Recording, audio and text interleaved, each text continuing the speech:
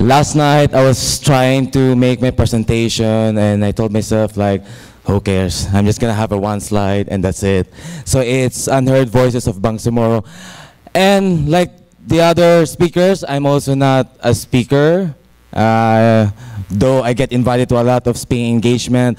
So lately, a few days ago, I was in Bukidnon speaking to youths when it comes to a lot of advocacies when it comes to the United Nations 17 SDGs. And before that, I was speaking in Marawi City.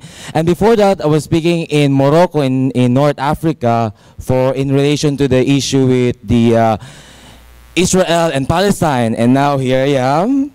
I'm really nervous, but yeah. So Rebecca told me that I'll just talk about my self and my journey, so here it is. I might read some of the, because I wrote my speech, so I need to put it in one proper structure. So I would like to start with who I am. First, I grew up from a conservative Muslim family in Zamboanga City. They were originally from Basilan. Some of you might wonder how conservative and conservative. Maybe Rhadem is just being a drama queen. Oh, conservative. But to put it in best explanation, my grandfather is a Muslim priest, and he managed Hajj pilgrimage to Mecca. And my other grandfather is a former governor of Basilan, and my also former director of the Muslim Affairs. My mom's brother is one of the head official of the Moro Islamic Liberation Front and former commissioner of Bangsamoro Transition Council. My other titos is a congressman in some districts in Zamboanga and also in Sultan Kudarat. And my dad is a high-ranking national police official. And I'm the only son, and I have 7 female siblings. So how conservative is conservative, and I live in an area wherein armed conflict is very dominant, or those things happens. I always tell people, like, visit my hometown because the conflict only happens by season. It's not all the time there's conflict there. But so to put it all together and paint a complete picture, I grew up in an environment where being gay just wasn't an option. I didn't come out until after college because of fear that they may cut out my financial pipeline or my studies. Because back then, I wasn't brave enough.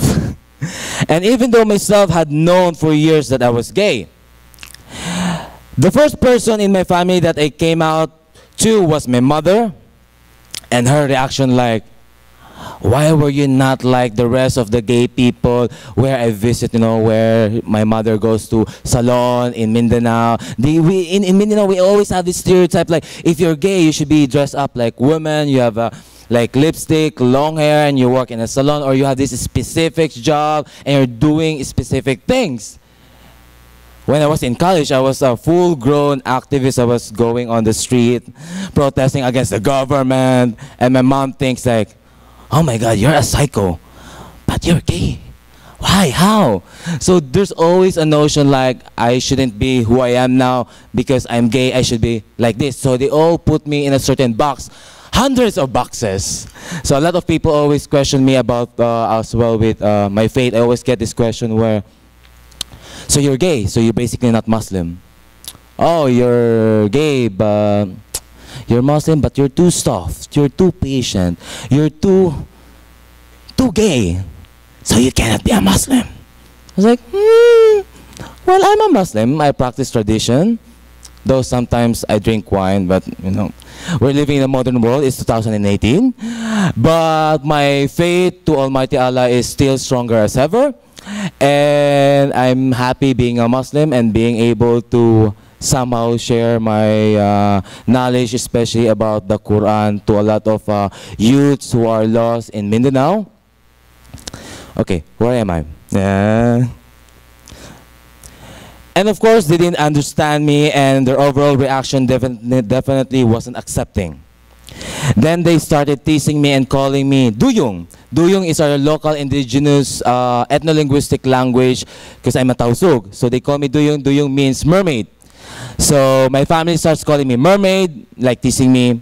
And the next, my neighbors calling me Duyong. And the next, my friends calls me Duyong. Everybody in town calls me Duyong. I was like, And it became my life, when I was in college, my life became a little bit more suffocating, a little bit too much. So I felt like I needed to leave and explore my newfound identity. So I left home to venture in the metro here in Metro Manila, to a journey exploring not just my newfound identity, but also my strength in the middle of an overwhelmingly discriminative society. Back then, I thought that by moving to Manila, known to be more accepting towards LGBT people, I'd get an easier journey. But I was so wrong back then. I found out that a lot of people in Manila was never accepting of LGBT people. They were only tolerating us, because there's a difference between acceptance and tolerance. A lot of people say that, the Philippines are a very accepting country and they accept homosexuals. But acceptance reflects to our national policies.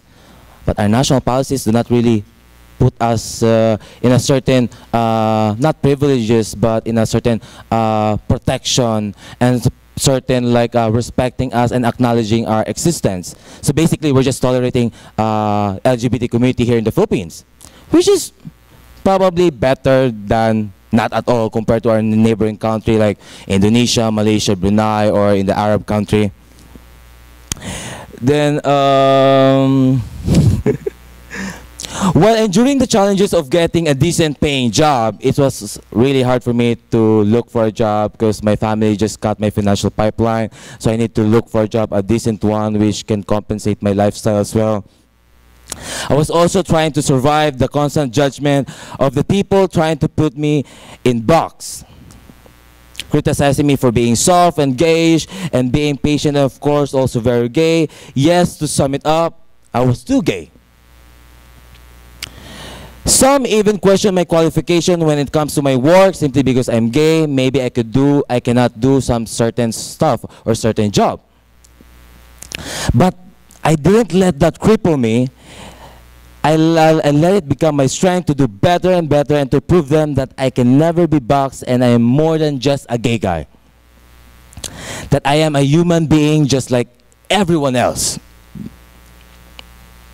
So I have this newfound calling after college because I studied international relations, so I end up in art industry. So in spite of these challenges, I became a documentary filmmaker. I never got awarded or noticed in the Philippines, but luckily internationally. I also find it weird, but in Europe and also in the US, they love some of my documentary films. I gained so many like-minded friends and joined 3 organizations that are making impact in all of their programs in the country. First is the Teach Peace, Build Peace movement. It's 5 years. It's already 5 years doing a lot of program in conflict area in the Philippines. So there's actually a funny story about that organization because I started doing peace mission 4 years ago after the incident in Mama Sapano, the massacre in Mama Sapano. So I went there with all of my friends. Of course, I was so proud being a gay and Muslim. But a lot of people in those areas, they always tells me like, oh, that's haram. You cannot be gay. That's haram. You should change. So for the last 4 years, they constantly tells me that everybody, the local politician there, the community is telling me to change, that I cannot be gay and also Muslim, that I should only choose one. But they prefer me being a Muslim than being gay. And now, after 4 years, a lot of communities in Marawi, in Mama Sapano, in Shaypagwak, and in Basilan, and in Sulut, they are the one messaging me on Facebook, contacting me and asking me, do you have a boyfriend now? Hey, when are you coming back? Hey, we're going to prepare a lot of snack delicacies for you. Please come back. We miss you, and so on and so forth. So my understanding with that is that people fear what they don't know unless you present it to them, unless you show them that you could be a good Muslim and also be a good citizen of this country while being true to yourself. And after that, I have also this one organization which is focused on HIV and AIDS. So, and also the other one which is Mindanao Pride, which is a new organization that is focused on the health and welfare of the LGBT in Mindanao. So all of my projects now are all focused in Mindanao because I felt like there's a lot of people doing this kind of initiatives here in the Philippines, but mostly in the North and Visayas. And I think Mindanao, Mindanao is somehow being left behind. And I think Mindanao, more than ever, they need our attention, they need our help. And I am thankful to a lot of like BPO companies here who have bravely embraced and went to Mindanao and established and put their branches there and gave opportunity to a lot of Filipino peoples in Mindanao.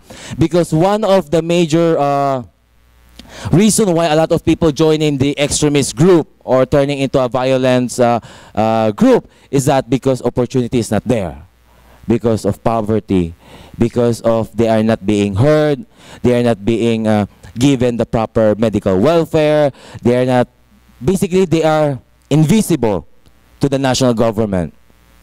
So of course, if you have this, a lot of elements around you, and here comes the ISIS-inspired group offering you 20,000 pesos per month, would you not avail it? A lot of people would truly avail it because they see kindness being offered by this ISIS-inspired group that our government or other society in the Philippines are not offering them.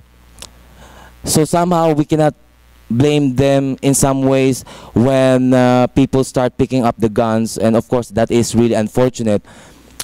So where would I go with this? I'm just saying that there can never be no peace without developments, and there can never be development without peace. So I'm really thankful to a lot of businesses who've put a lot of their efforts and put up business and give opportunities to a lot of Filipino people in Mindanao.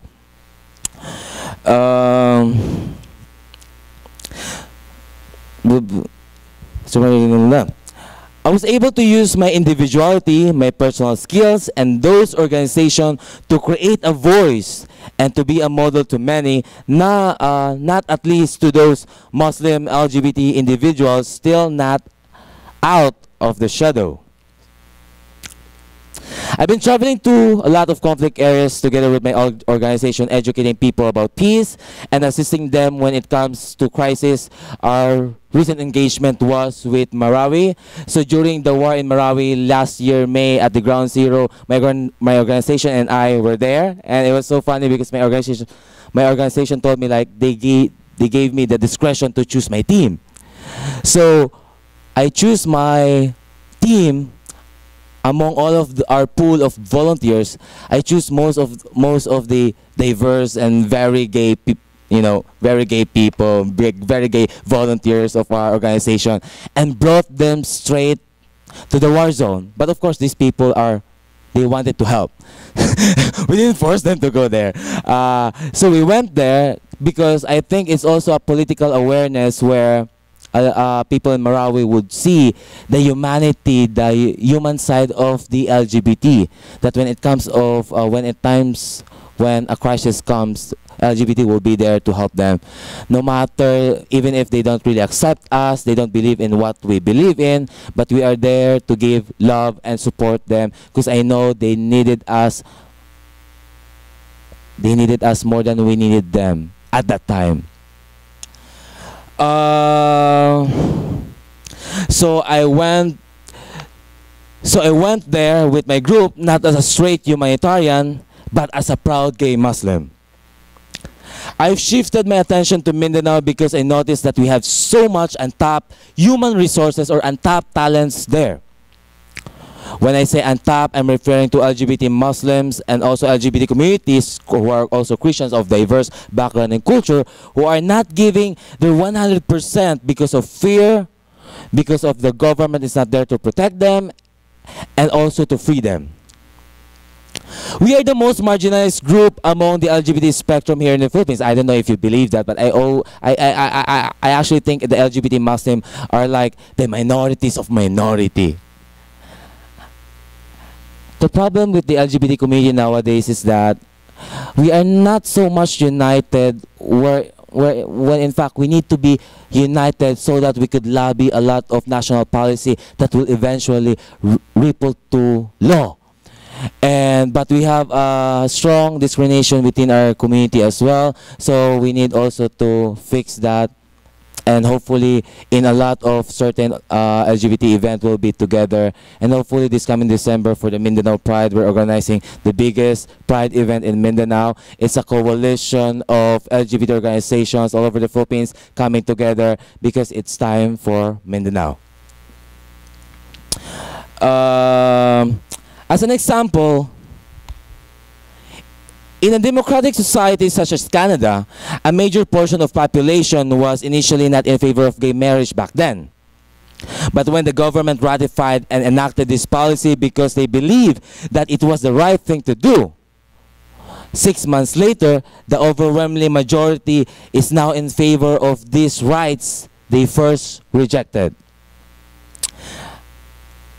This shows that people, like what I said a while ago, that people fear what they don't know. We have to educate and present good solutions that create awareness. A major part of democracy is that the majority should not deny and cancel the rights of the minority as long as it is fair and just to everyone. I had this lunch meeting once with the newly appointed tourism secretary, Bernadette Romeo Puyat, when we're doing the power lunch segment.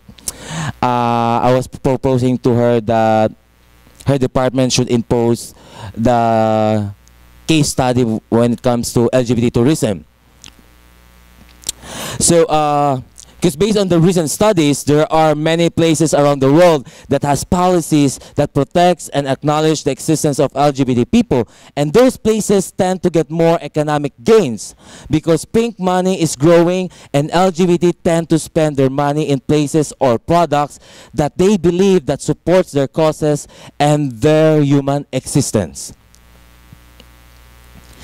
I do hope that our tourism secretary would support that call and implement my proposal to require business and tourism industry to have SOGI seminars to fully understand its diverse customers or clients. Without inequality, we would reach a high growth and every single individual would reach the peak of their potential. And of course, in businesses, it is better to have employees to give 100% than employees that only perform part of their potentials. When equality is fully spread in our society, it opens every doors for everybody. It will open whole new possibilities, not just for your business, but for our country, the Philippines. So again, I'm also inviting everyone. That's this December. My team and I are organizing the biggest Pride event in Mindanao. This is not your typical Pride event, but an occasion where every allies and LGBT comes together to celebrate diversity and learn about their basic rights under the law. Learn from the mistakes of our neighboring countries with huge human rights violation towards the LGBT. And create a space for them to know their worth and strengthen their political and economic muscles, especially in Mindanao, which I think they have a really untapped economic muscles that we could look forward to if only we give them the opportunity to be able to exercise those muscles. We will be gathering most, if not all, LGBT organizations to come together to build a coalition and assembly to discuss the future, our future as a nation. Because a true great country is a country where everyone is equal regardless of background. So my take-home message is that if you want to do good business, first, take care of all of your employees so they may always give their best. Second, make sure that you are relevant to all of your potential customers, clients, friends, and partners. I would like to end this talk with this statement: our individuality, our uniqueness, And our personal challenges in our lives, are not what separate. It's not what separates us. It's actually what brings us together. And this time, it's time for Mindanao to rise. Thank you.